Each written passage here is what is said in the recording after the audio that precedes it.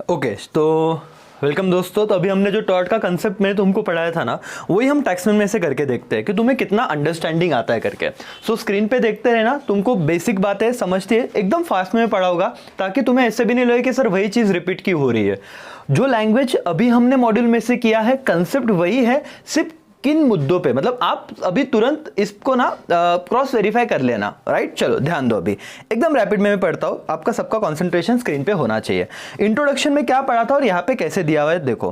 What do mean by tort? Introduction: the law of tort covers the wide range of situation including diverse claim as those of passenger injured in road accident, a patient injured by negligence of doctor, ये भी tort में आ जाएगा, a citizen wrongfully arrested by the police and a land owner whose land has been trespass on.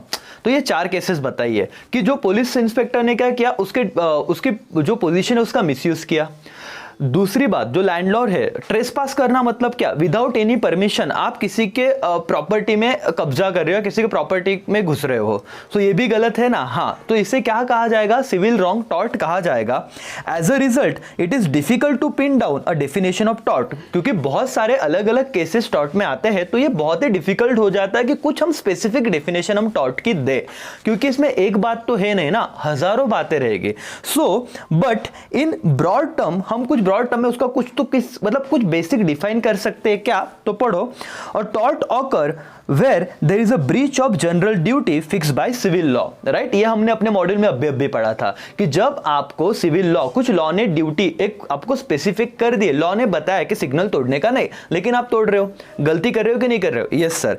So when tort is committed the law allow the victim to claim damages and other applicable relief. तो अगर कोई गलती करता है, जैसे doctor ने negligence की वजह से पेशेंट के पेट में क्या कर दिया, वो जो उसका कटर बोलते ना कि वो जो सीजर था वो छोड़ दिया पेट में, तो ये क्या हुआ? नेग्लिजेंस हुआ ना डॉक्टर का, तो उसकी वजह से पेशेंट को क्या हुआ? दिक्कत हो गई जिंदगी में, उसके तो जान पे बात बनाई।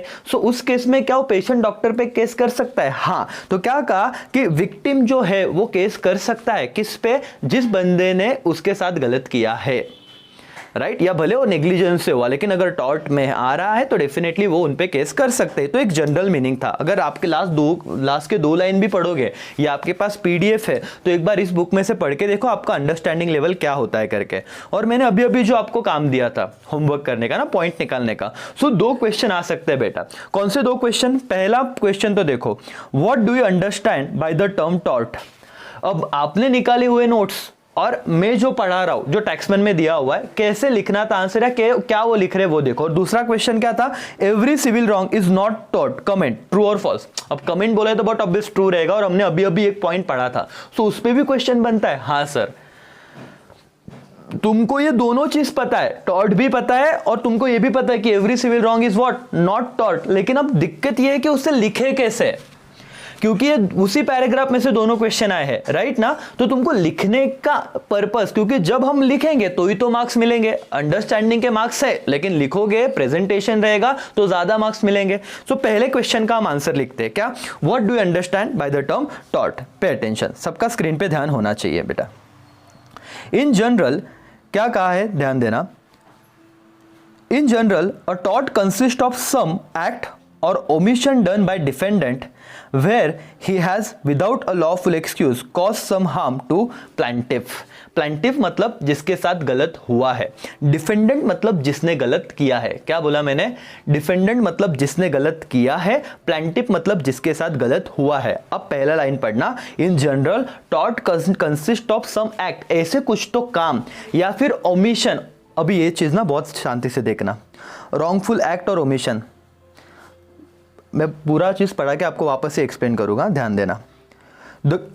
To consist a tort there must भी 3 बातें होनी चाहिए, रॉन्गफुल एक्ट और ओमिशन। मुझे सिर्फ आपको ये समझाना है, ओमिशन मतलब क्या, ये आगे आएगा, ये पॉइंट आपको समझ मतलब ये तब मैं बताने वाला हूं, लेकिन अभी समझ लो।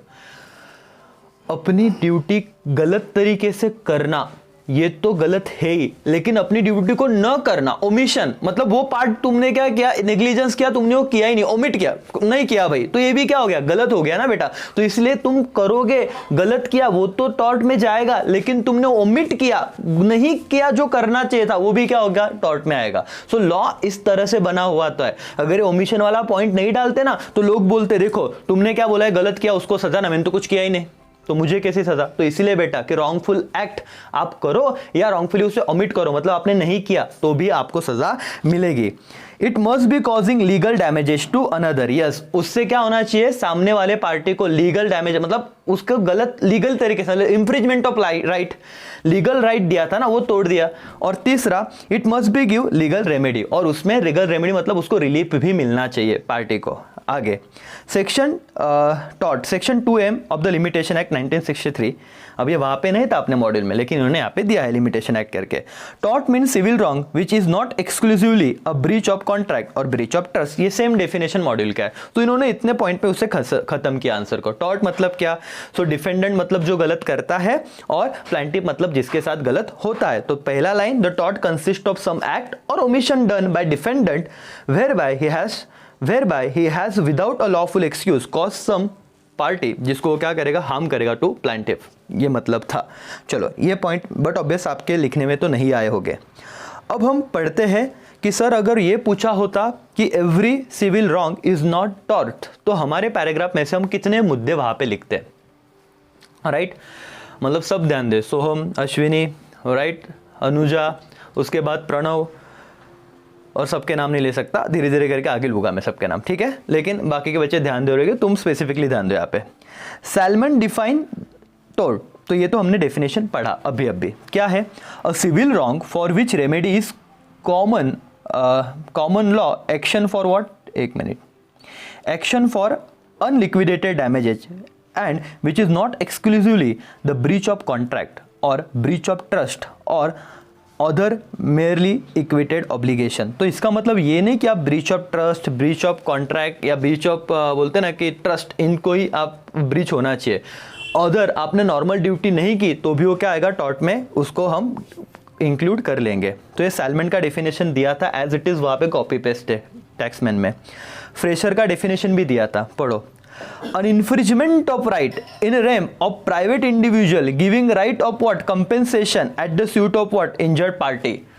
तो वो भी मैंने बताया था आपको कि इन्फ्रिजमेंट ऑफ राइट क्या होता है, कि वोट वाला एग्जांपल दिया था वोटिंग का, वोटिंग करना आपका राइट है लेकिन आपको नहीं जाने दिया वोट करने, तो ये क्या कर दिया, गलत कर दिया, तो ये टॉर्ट में आ जाएगा।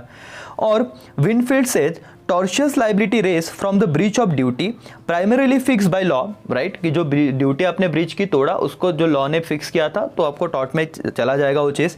This duty is toward the person generally and is breach is redressable by an action for unliquidated damages, ठीक है। The two important elements can be derived from this definition, namely that tort is species of civil injury of wrong as opposed to criminal wrong. Yes, ये module में था, and that is every civil wrong is not tort। तो बेटा ध्यान दो, question क्या था आपका कि every civil wrong is not tort, तो वहां पे क्या लिखना था, ये दो बातें, सैलमन का, फ्रेशर का डेफिनेशन, विनफील्ड का, और आपका नॉर्मल वो पॉइंट। तो इतना लिखोगे तो आपके मार्क्स बन जाते थे। सो मोरल ऑफ द स्टोरी क्या थी, मैंने आपको क्या समझाया, ऑलरेडी तो बातें कर दी, बात मैंने तो बता ही दिया था उस लेक्चर में, लेकिन टॉर्ट मतलब क्या, सिविल रॉन्ग टॉर्ट नहीं होता हर सिविल रॉन्ग, ये उन्होंने कहा था, तो उसका एक्सप्लेनेशन कैसे होना चाहिए। तो अगर आप टैक्समैन से देखते हो तो आपको एक अंडरस्टैंडिंग आता है कि कैसे लिखना है और कहाँ पे रुकना है। अब जो हम नेक्स्ट कंसेप्ट चालू करने वाले जनरल कंडीशन, तो वो भी हम मॉड्यूल में से पढ़ेंगे लगता है, तो फिर यहाँ से भी कर लेंगे। लेकिन उससे पहले आपको मैं काम देता हूँ कि टॉर्ट और क्राइम का डिस्टिंग्विश आपको एक बार पढ़ना है। क्या करना है, टॉर्ट और क्राइम का डिस्टिंग्विश एक बार पढ़ना और समझना है, राइट। तो मैंने पहले आपको बताया, फिर ये अपने स्टूडियो में मैंने आपको रिकॉर्ड करके दिया वीडियो, आपको कैसे लगा अपना फीडबैक दो, ताकि हम आगे, हम पहले तो कुछ ऐसे परम्यूटेशन कॉम्बिनेशन करेंगे किस हिसाब से हम बेस्ट कर पाए, भले हम घर पे बैठे ऑनलाइन करना है, लेकिन अब हमको बेस्ट देना है ताकि आपको अच्छी तरीके से सारी चीजें समझे। ऐसा ना हो कि भाई सिर्फ टाइम निकाल रहे, चल रहा है करना है, इसलिए करना है, ठीक है, ओके। तो आप अपना फीडबैक दीजिए। चलो बाय बाय, टेक केयर।